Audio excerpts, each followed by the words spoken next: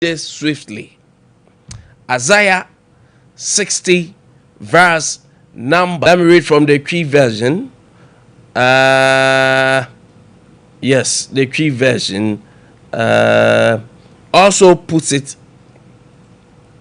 that Isaiah ngobano etie aduosia nkenkan so aduonunum na trosem ne say de osua no kra de osua kra no bedane abusua na akuma kra adane oman a eyedin mene erade meya no ntem de bre mu de osua kra no bedane abusua na akuma kra adane oman a eyedin oman a eyedin me erade meya no ntem ne bre mu. Is it this powerful? So powerful. And this morning, I just want you to know and rely on the word of God.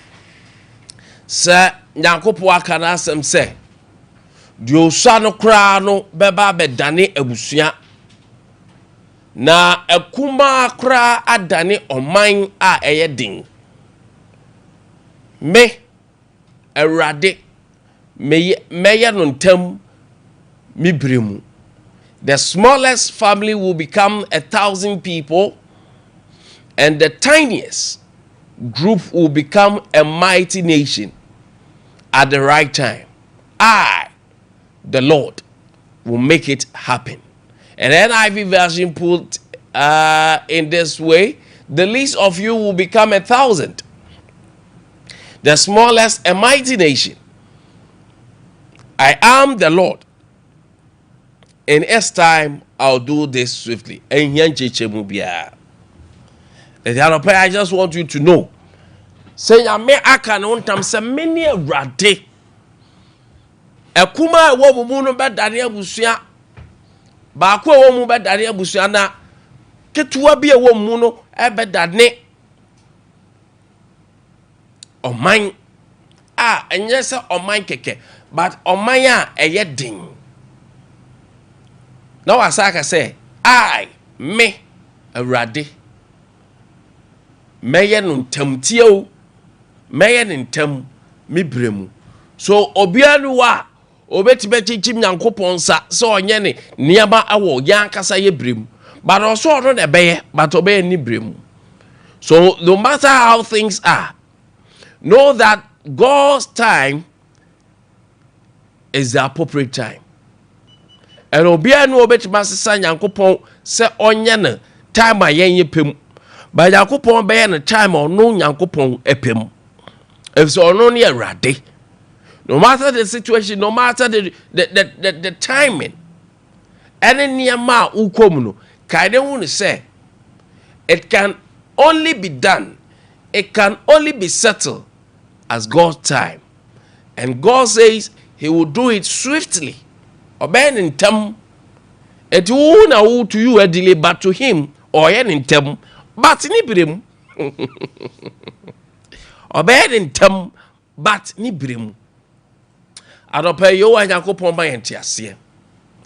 Ora na sumdwe bro asumdwe nyina so. Adope o ma asumdwe.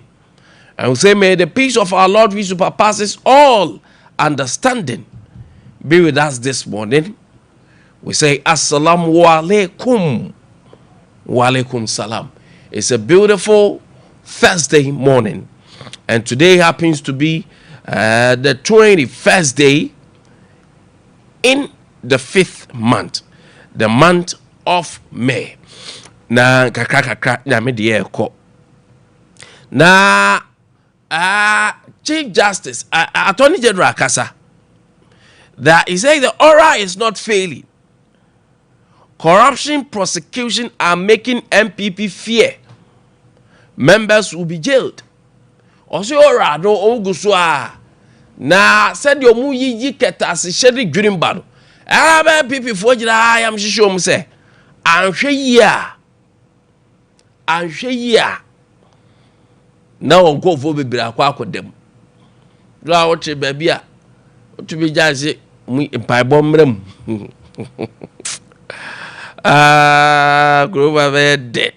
The mighty minority has been the last line of defense for Ghanaians.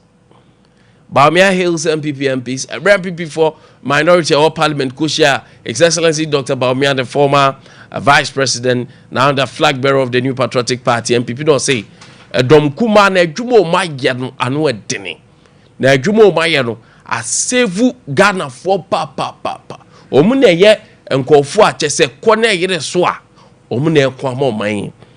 Ti obo Dom Kuma no afejo markets anodom pre any omom kika ho nyina obo mo aba so pa.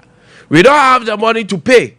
Finance Minister tell financial sector victims that say who are financial sector victims no Gold Coast Security go for from the DKM way more na Indian cry friends. Men's gold. Omo kaso ba betua do mse da bi masa. Skani wa ya de betua. Tie. Radi ya we tie. Ye ni skani betua. Ye ni skani betua. Dija fe da obi ba be yese na say. Skan ka se ni ho. Wati. Ya mo ma mo kura so mo modas mote das ya ma mo kura so no. Skani ho nkoda. Na iska ba ebeja botrani ehu de but then unfortunate incident. And so was the 6th Infantry Battalion. Ebra mu training. Say Ghana ha se nipa bonfo bi eta from terrorists ye o madwen so mu ba o men so a. Ekwa ba na be fa so ajo men. Ara obo say that bi. Saadi a yen kire mrante ni emo ho ban. Ti e ba ya afa ni edru field no e ba be kire nyoma ho yenim de be dada. Na mo ye training da na o say ya de to bi a o mu yusu sa enyema ya explosive ibi. Unfortunately trainer ba kwa no so body homo pa physical trainers yi ba ko na boom wa hwere ne kwa ya enya ni gisem cry na I was so down obi a o training so be ball man hu ban enjira de bia mkase so ya adwuma ne kase ye pa kenya adwuma ka akwa kotua bribe say ye mfawo ye frɛ wati era pa ye mabusuafo ni nyina yakɔ. It's very unfortunate sir esisa da ra so no tigo jashi ho me ya tie se bi twetwe omu de da ba kari house no isiji for so ko ho ba se say hot my but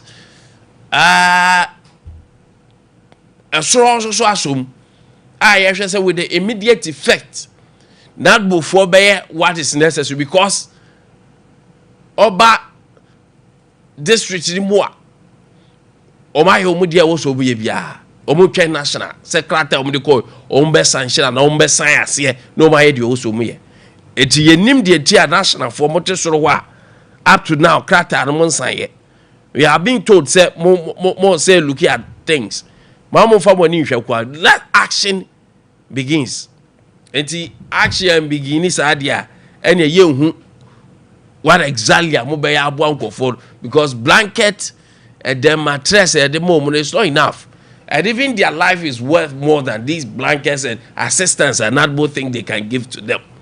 Yes, ramwa mo be hwe sa victim sa hodie because the zone shall say I say a twitwin tika kraka you don't know when heavy downpour and heavy rains this ebeba. So we have to be proactive as a mind, we have to be proactive as a region. We nyai sa ade no eduru ya da afei ye de secure for accorder say ye bibi so ye nyahwe sa ade na mo ye nyina our best sports for better as because we have a lot to talk about. Your from na Kwame Nkwantabisa about for Nkwantabisa ni me ba be nwa kwa be ja ko oba pa babra ye nyina eguma no pe ya yesom gidigidi ama me kwa ba me ba e beto so e de komo anope